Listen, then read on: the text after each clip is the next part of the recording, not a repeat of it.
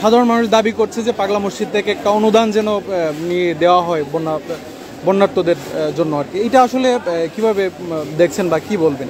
আমি আজকে কোনো একটা জাতীয় গণমাধ্যমের নিউজে দেখতে পেরেছি যে এই বিষয়ে যে প্রোপাগান্ডা ছড়িয়েছে যে তারা একটা বিগ অ্যামাউন্ট আসন্না ফাউন্ডেশনকে দিয়েছে বা অন্য কাউকে দিয়েছে, এটা তো একেবারে অসত্য, ভিত্তিহীন কথা।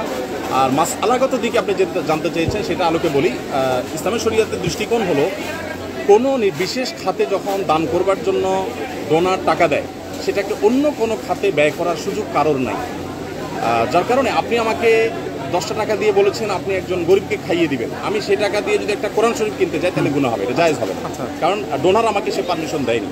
সো কোনো মসজিদে কেউ যদি টাকা পয়সা দেয় তাহলে সেটা মসজিদের উন্নয়নে ব্যয় হবে, সেটা আমরা বন্যায় খরচ করতে পারি না। বন্যার জন্য আলাদা ফান্ড রাইজ করবো।